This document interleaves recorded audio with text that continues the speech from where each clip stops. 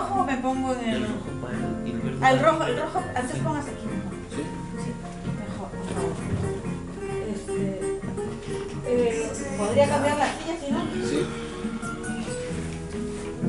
Así está directo aquí en el medio. A ver, siéntese para calcular el tiempo.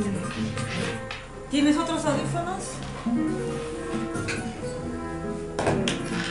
Ahí. ¿Ya? ¿Quiere? ¿Se escucha algo acá?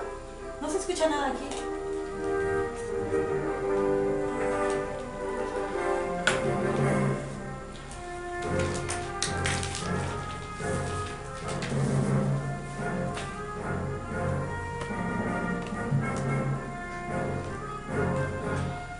Estamos en Radio Libre, el 87.7, la frecuencia modulada de Bruselas. Hemos dado inicio de hoy día a este programa especial, la radio informativa solidaria de chilenos, peruanos y colombianos, para una secuencia de programas en el futuro concerniente a la América Latina. Hoy día empezamos con el Perú, porque hay elecciones el próximo 10 de abril, y ya está con nosotros el invitado, el señor Raúl Gamarra, para que nos analice mediante las preguntas que le estamos haciendo, que vamos a hacer, y Kelly Mercado, que también está con nosotros, que él va a dirigir la situación con relación al Perú. Bueno, le damos la bienvenida a Kelly, al señor Gamarra. Sí, buenas noches, Aníbal. Aló, buenas noches, Aníbal. No sé si me está escuchando porque yo no me escucho aquí. Perfectamente. Te escucho. Yo no me escucho. Buenas noches. Estamos iniciando entonces esta emisión especial sobre las elecciones generales del Perú. Y justamente quería mencionarles que esta es una nueva red que está iniciándose. Ya había sido, creo, empezada hace un tiempo, pero vamos a relanzar esta idea de periodistas solidarios. Y queremos sobre todo analizar un poco diferentes situaciones o la realidad de América Latina, y en este caso nos vamos a ir hasta el Perú. Vamos a las elecciones generales del Perú del año 2016, donde efectivamente estamos realizando entonces el 10 de abril las elecciones generales, donde se van a elegir al presidente, a dos vicepresidentes de la misma lista, a congresistas de la República, parlamentarios andinos, para el periodo del 2016 al 2021. Me gustaría sobre todo mencionar las emisiones con las cuales estamos trabajando. Estamos con Antena Latina, estamos con Entre Amigos y con Palabra de Mujer. Eventualmente tenemos en la casa también a América Estéreo, y posiblemente vamos también a retransmitir este programa para dar información sobre las elecciones del Perú. Esta idea nace sobre todo para las personas peruanas que están escuchando en estos momentos esta emisión especial, y vamos a poder repetirlas en cada una de nuestras emisiones aquí en Radio Libre. Me gustaría sobre todo presentar a nuestro participante de esta noche. Tenemos a nuestro amigo compatriota Raúl Gamarra.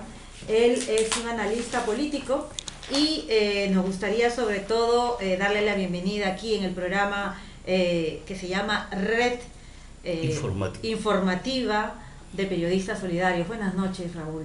Buenas noches. Cuéntanos un poquito, tú has estado analizando sobre todo la situación peruana, tal vez más de cerca, o no sé si has estado en Perú últimamente.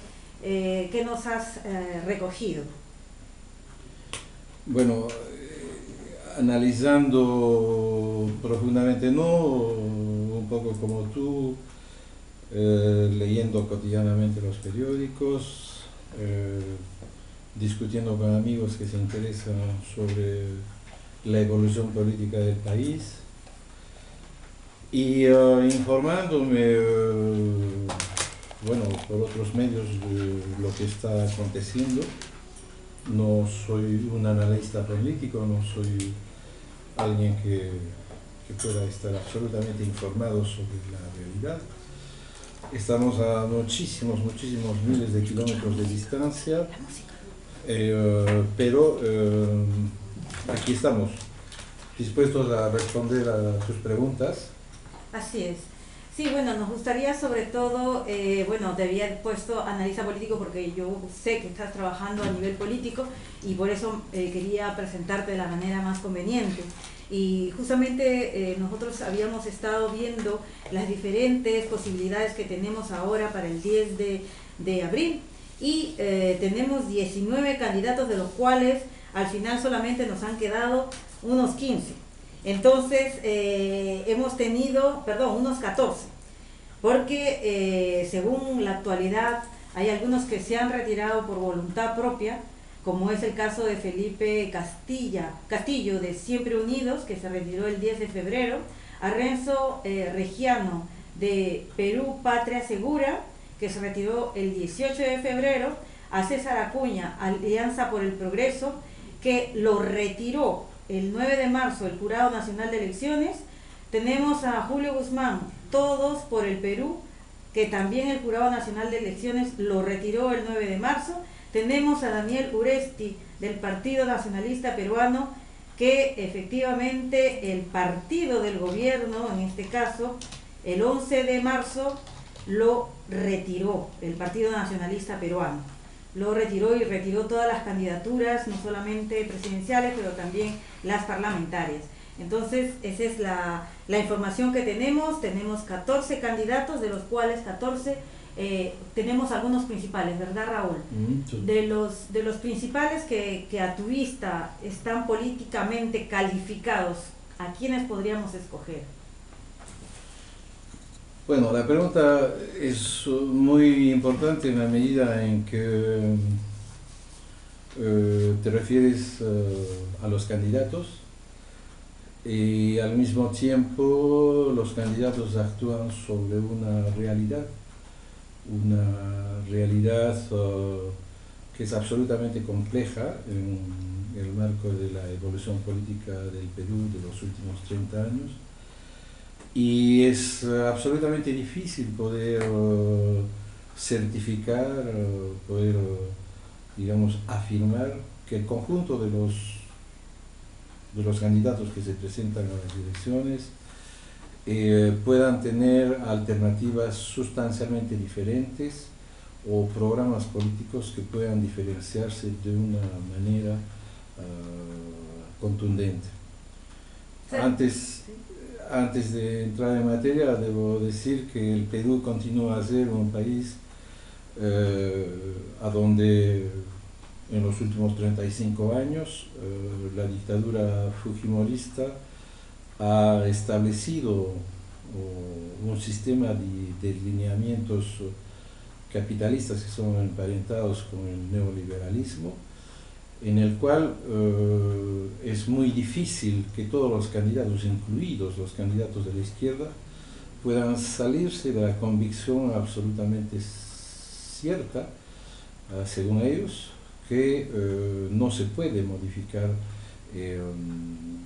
los lineamientos que rigen al Perú desde ese tiempo y que están verdaderamente identificados con una concepción neoliberalista. Con esto quiero decir que cualquiera de los candidatos en lead, como se dice, son candidatos que deberán tener de repente matices un poco diferentes, folclóricamente diferentes, pero en el fondo son candidatos que obedecen a una sola y única realidad. Y esta sola y única realidad es que el Perú no podrá aceptar en las condiciones actuales una manifestación política que vaya en contra de los principios que han sido establecidos económicamente hablando y que consiste en continuar esta vocación liberal, neoliberal, que consiste a dar, por ejemplo, al extractivismo minero una importancia increíble y que otros aspectos fundamentales de la economía no podrán ser tocados.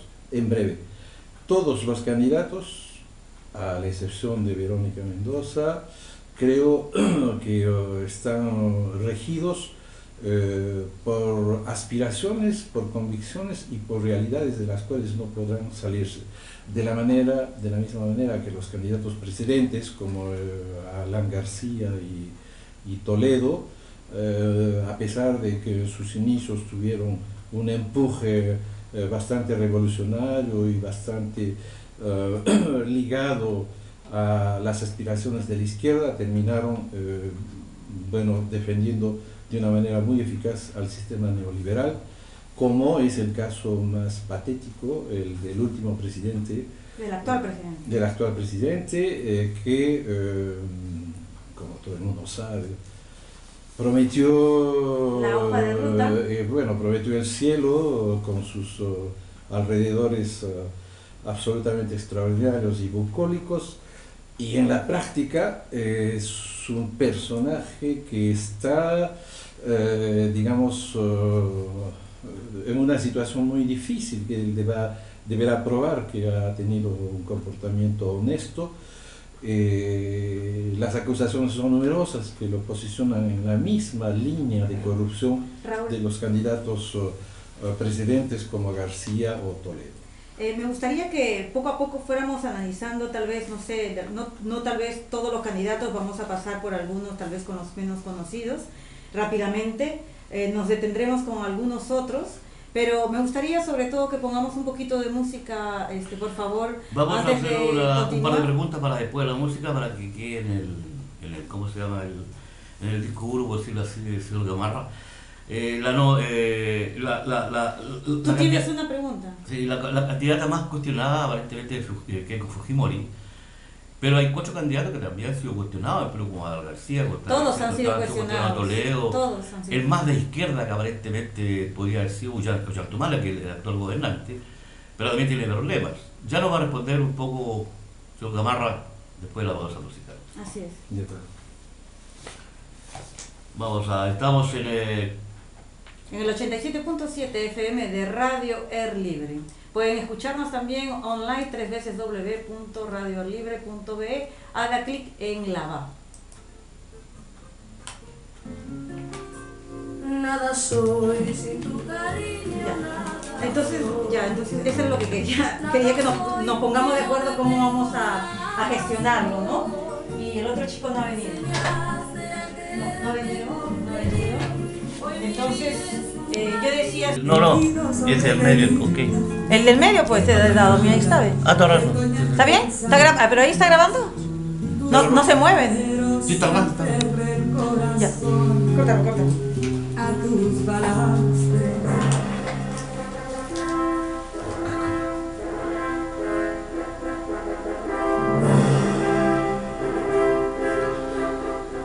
Bueno, estamos junto a Kelly Mercado y Raúl Gamarra para analizar las elecciones peruanas en esta radio informativa solidaria con Antena Latina, Palabra de Mujer y Entre Amigos. Entre Amigos no llegó, pero ya llegará en las próximas emisiones. Kelly.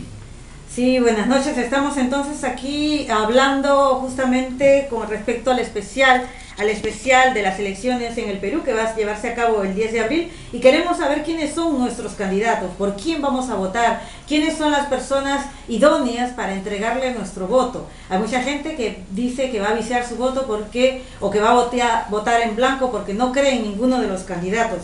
Como hemos visto en las informaciones, hay muchos cuestionamientos a cada uno de los candidatos, como por ejemplo, hemos visto, voy a empezar a enumerar y me gustaría que Raúl Gamarra nos mencionara, nos hiciera comentarios. Tenemos al primer candidato de Acción Popular, Alfredo Barnechea, de 63 años, tiene a vicepresidente a Víctor Andrés García Belaunde y a Edmundo del Águila como candidato segundo a la vicepresidencia.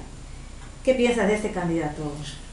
Bueno, Alfredo Barnechea es alguien que yo conozco personalmente porque hemos estado en situaciones políticas durante la época del gobierno de Velasco Alvarado. Yo tengo un sentimiento de simpatía por este candidato porque considero que es una persona muy honesta. Pero siendo más estrictos en el campo de la definición política, yo diría que Barnechea es una alternativa que se encuentra en el conjunto de las alternativas que proponen lo mismo. y que por muy simpático que sea, su programa, las proposiciones que hace, son proposiciones que no rompen absolutamente con el statu quo, con digamos, las modalidades, los lineamientos neoliberales que definen a la sociedad peruana. Yo aprecio mucho a Barrenechea, pero yo no creo que tenga la capacidad, la más mínima capacidad para producir en el Perú cambios fundamentales, que esos cambios solamente se podrán producir desde la perspectiva de una visión mucho más ecológica, socialista.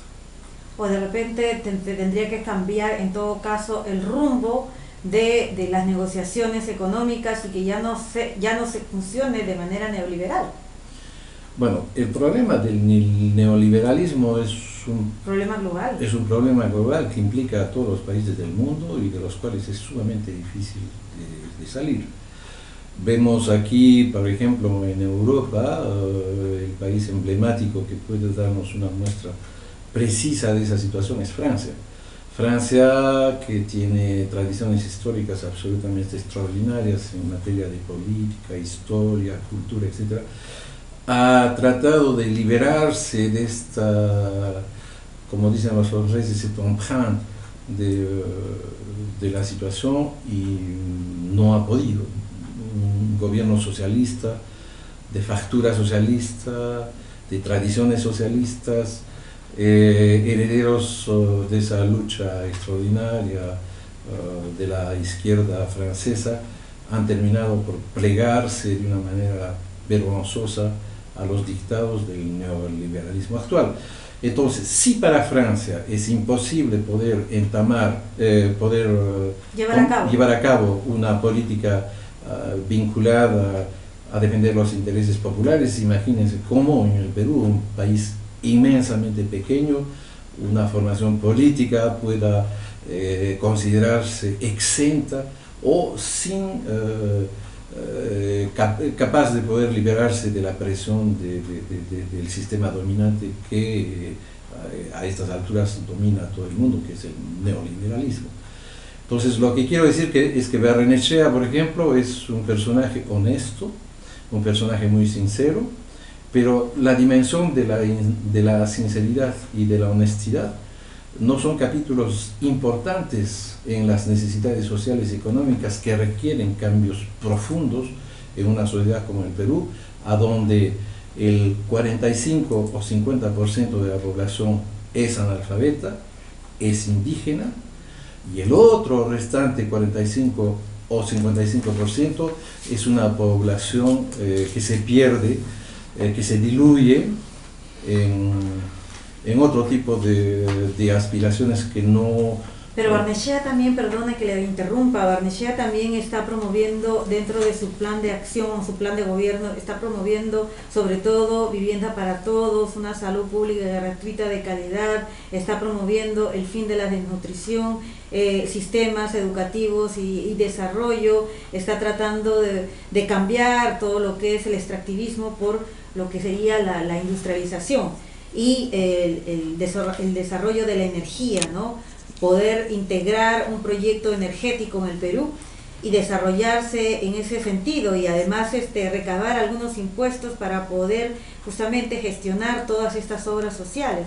O sea, al final, bueno, tal vez el sistema que tenemos anclado, ¿no? Anclado en el Perú. Yo comprendo la expectativa de Barnechea para poder proponer programas que son relativamente originales, pero son programas que solamente tocan la superficie, no tocan el fondo, no tocan la profundidad. Y la profundidad en el Perú es la necesidad de hacer transformaciones fundamentales que puedan cambiar el sistema económico que nos gobierna. Y en ese sentido Barnechea puede, como los franceses dicen, mettre la poudre au jus, o poner los polvos a los ojos, pero no tiene absolutamente ninguna... Es posible que pueda obtener una votación muy significativa y de hecho se profila como un candidato muy importante en la segunda vuelta, pero el conjunto de sus proposiciones problemáticas no están en el contexto de una proposición política, económica, filosóficamente hablando, en la perspectiva del cambio profundo.